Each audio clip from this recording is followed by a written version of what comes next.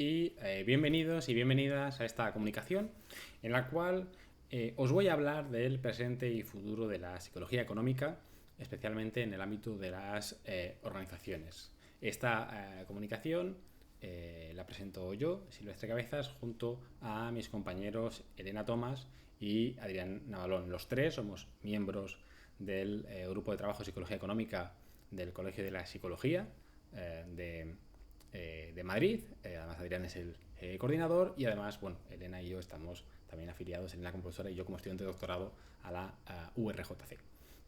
Agradecemos mucho al Congreso Internacional de Psicología de Formación Permanente el que nos haya permitido, bueno, presentar esta comunicación en él. Una de las cuestiones que son relevantes sobre nuestras aportaciones vienen o nacen de un libro que hemos publicado recientemente en el grupo de trabajo del COP. Este libro recogía algunas de las aportaciones presentes y futuras, tal como también indica el título de esta ponencia, que no solo están centradas en el ámbito de la psicología de las organizaciones, sino también en otros ámbitos como por ejemplo la salud. Pero igualmente para este congreso hemos querido centrarnos en aquellas que tienen un especial valor u aportación dentro de las organizaciones. Y bueno, para hacer un pequeño resumen de lo que vamos a ver hoy, que es poco tiempo, entonces no puedo extenderme como me gustaría, vamos a hacer una pequeña introducción de qué es la psicología económica para aquellos que quizás no la conozcáis. Vamos a hablar también de ámbitos específicos donde esta se puede aplicar y que tiene una especial relevancia, como puede ser, por ejemplo, las decisiones profesionales, la salud laboral, el marketing, la inteligencia artificial, ¿no? Muy en boga hoy en día, o la ciberseguridad, tal y como vemos que ha ido aumentando el cibercrimen en los últimos tiempos. Y es que, fijaros, una de las frases que a mí, por ejemplo, más me gustan, de Kahneman, dice que nada en la vida es tan importante como crees que es cuando piensas sobre ello. Y esto nos pone el foco de que hay muchos elementos que afectan a nuestra toma de decisiones, sesgos, heurísticos, y que hacen que cuando pensamos que realmente queremos algo y de una manera racional, probablemente no sea así, porque hay otros muchos elementos que están interfiriendo con esa toma de decisiones, ¿no? Kahneman lo pone de manifiesto en este libro, que si no habéis leído os recomiendo, se llama Pensar rápido, pensar despacio, y pone el foco en que tenemos dos sistemas, ¿no? A la hora de tomar decisiones y que, bueno, principalmente utilizamos el sistema que no es especialmente racional para la mayoría de nuestras decisiones, porque sería imposible, ¿no?, gestionar todo con el sistema en racional. Bien, para aquellos que no conozcáis la psicología económica, brevemente os diré que básicamente es el estudio científico de cómo las personas toman decisiones económicas y al final cómo la economía impacta en ellas, ¿no? Pero principalmente nos vamos a centrar en ver cómo ese proceso de toma de decisiones, ¿no?, qué elementos de alguna manera afectan a múltiples áreas en nuestro día a día. Principalmente vamos a hablar de conductas observables y también otras que tienen que ver con consumo, ahorro, inversión, impuestos, etcétera, ¿no? Como por ejemplo podemos hacer que alguien lleve a cabo conductas de ahorro para su plan de jubilación, por ejemplo, ¿no? ¿Cómo motivamos eso? Hay en este caso una base que deriva de múltiples áreas como son la psicología, la economía, ciencias sociales, incluso el área de neurociencia, que últimamente también está haciendo aportaciones muy interesantes a nuestro campo. Pero ya metiéndonos en cuestiones más propiamente específicas, ¿no?, y aplicables, por ejemplo, dentro de las decisiones profesionales, a la hora de determinar si, por ejemplo, cambiamos de un puesto o mejoramos o aceptamos un nuevo salario, ¿no?, o quizás nos movemos a otra empresa, lo que vemos es que de manera consistente estas decisiones están marcadas por sesgos, ¿no? Por ejemplo, puede ser optimismo excesivo, que básicamente es que subestimamos el contexto, ¿no? Pues, la idea de que en otro puesto voy a estar mejor porque va a ser mucho mejor, porque va a tener muchas mejores condiciones, ¿no? O, por ejemplo, también tiene que ver el túnel de escasez, donde en este caso nos centramos en lo que tenemos ahora, ¿no? Yo voy a priorizar este puesto que tengo ahora porque quizás en el futuro no se lo voy a tener o lo desconozco. Entonces, bueno, lo que tengo ahora mismo ya que conservo, pues voy a centrarme en mantenerlo, ¿no? O también, por ejemplo, el tema de aversión a la pérdida, el hecho de que, bueno, tomar ciertas decisiones a nivel profesional puede suponer que haya un cierto riesgo de pérdida, ¿no? Entonces, ante esa idea, pues preferimos no arriesgarnos por esa aversión y mantener las condiciones que tenemos, aunque estas puedan ser peores, ¿no?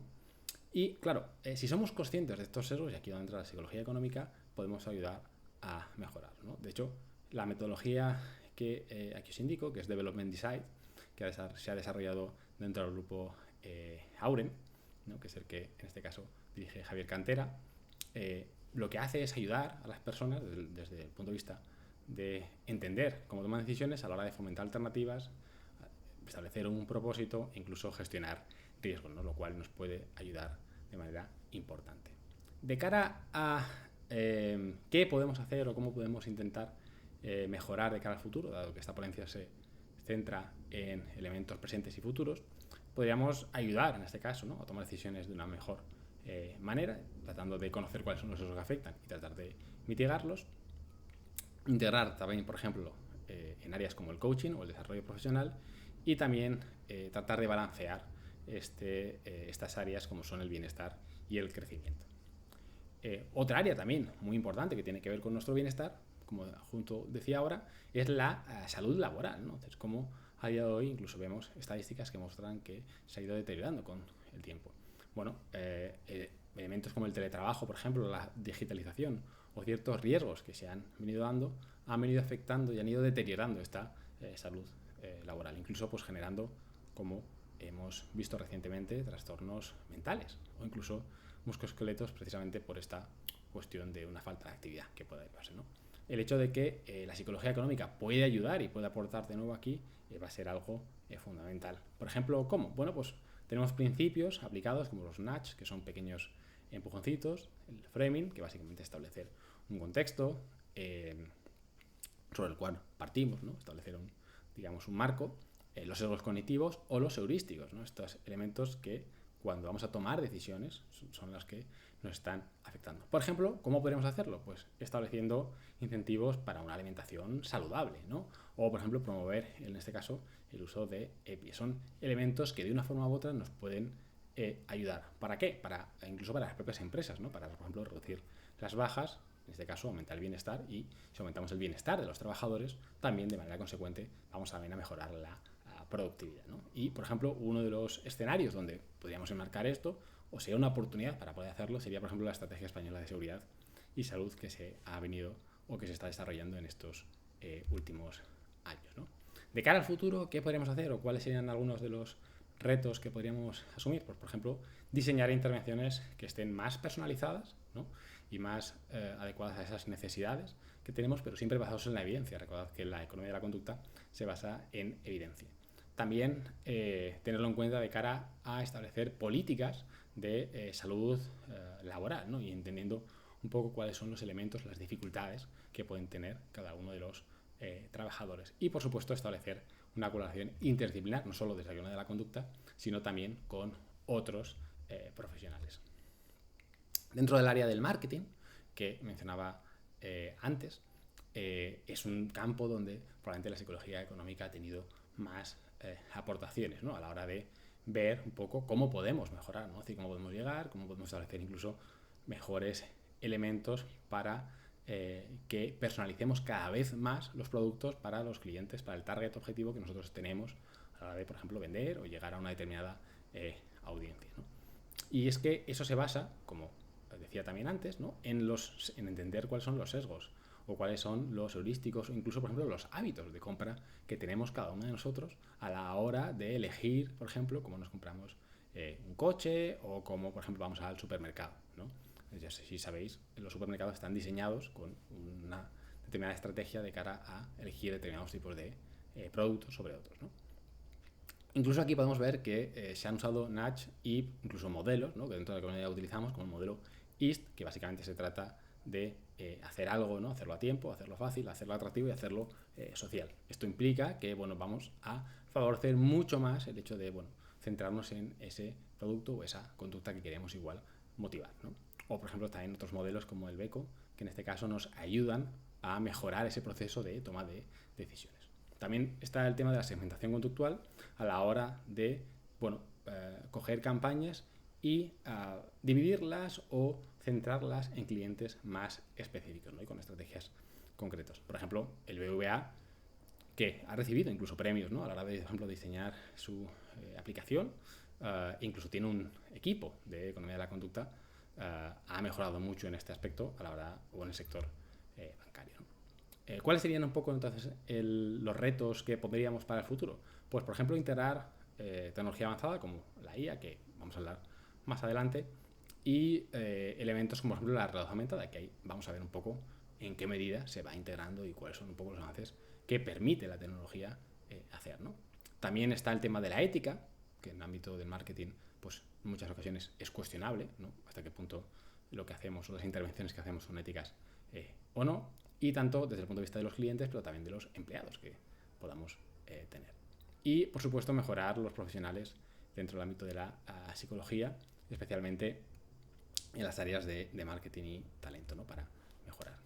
Hablando de la inteligencia artificial, a día de hoy vemos que la inteligencia artificial cada vez tiene más presencia en todas las áreas que tenemos en nuestro día a día. Es cada vez más normal hacer uso de ella, pero el problema de ello es un poco cómo interactuamos, ¿no? Y un poco aquí la idea es ver de qué manera estamos interactuando o estamos comunicándonos con ella. Por ejemplo, con la interfaz a través de la voz, de la pantalla o incluso los iconos, ¿no? Y si estáis experimentando con ella veréis que cada vez está mejorando más y cada vez se hace más humana, ¿no? ¿Cuáles son un poco algunos de los elementos que hemos visto o que hemos destacado en cuanto a las investigaciones que hemos realizado en ello? Pues es que hay determinados sesgos y percepciones que al final, como están creados por humanos, se trasladan también a los propios algoritmos, ¿no? Y incluso a elementos como el anclaje, la primacía, ¿no? O la ilusión de causalidad, el hecho de que pensemos que dos sucesos que se producen a la par, pues hay una relación de causalidad entre ellos. También está, por ejemplo, elementos como la confianza o el control, que nos genera muchos riesgos, como veíamos antes, ¿no? Como una excesiva confianza a la hora de tomar decisiones. O incluso el control percibido, en este caso, a la hora de pensar que quizás puede ser menor, ¿no? Estos sesgos algorítmicos, que también se relacionan, por ejemplo, con elementos como la raza, la cultura, a nivel socioeconómico, ¿no? Y que están presentes en nosotros, probablemente cuando se programan estos algoritmos, pues también se trasladan allí, ¿no? Por ello es importante, por ejemplo, verlo desde el punto de vista de la ética a la hora de cómo manejar la privacidad de los usuarios y también ser transparentes con respecto a cómo se gestiona toda esa información. Uno de los retos de cara al futuro sería precisamente, pues hacer una inteligencia artificial que sea inclusiva y transparente a la hora de que entendamos, también que tenga un pensamiento crítico, ¿no? Como usuarios, incluso aunque hagamos uso de esta inteligencia artificial, pero no sean excluyentes, y también definir las responsabilidades que puedan tener la inteligencia artificial en las organizaciones. Y por último, mencionar uno de los ámbitos que, como decía, de ciberseguridad, donde aquí el comportamiento humano es fundamental, ¿no? Es muchas veces el eslabón más débil. Por ello aquí utilizaremos o entenderemos cómo las personas toman decisiones para así poder favorecer, ¿no? Desde nudge, sesgos o heurísticos. Por ejemplo, promoviendo buenas prácticas a la hora, por ejemplo, de recordar, cambiar contraseñas, de utilizar interfaces que sean más intuitivas, ¿no? Favorecer, por ejemplo, recursos en términos de protección o incluso a nivel de cultura organizacional, ¿no? Es decir, cómo podemos mejorar para que los empleados tengan presente este tipo de medidas. Y, por supuesto, por ejemplo, adoptar o contratar seguros cibernéticos que nos puedan ayudar para estar protegidos. De cara al futuro, podríamos también centrarnos en elementos como integrar elementos de economía de la conducta en políticas de seguridad o incluso, por ejemplo, hacer intervenciones personalizadas para cada empresa en función de las necesidades que pueda tener y ampliar la investigación en distintos contextos organizacionales para protegernos mejor. Por ir terminando, al final, y a modo de conclusión, simplemente deciros o trasladaros esta frase de Richard Thaler, que lo que dice es que si quieres que la gente haga algo, haz que sea fácil. En eso se basa la economía de la conducta. Y aquí simplemente mencionar algunos de los autores que participamos en este libro y que si queréis saber más sobre él o queréis leerlo en detalle y ver todos los artículos que en él hemos incluido, podéis leerlo aquí en el enlace que os dejo. Así que nada, muchas gracias, espero que os haya resultado interesante.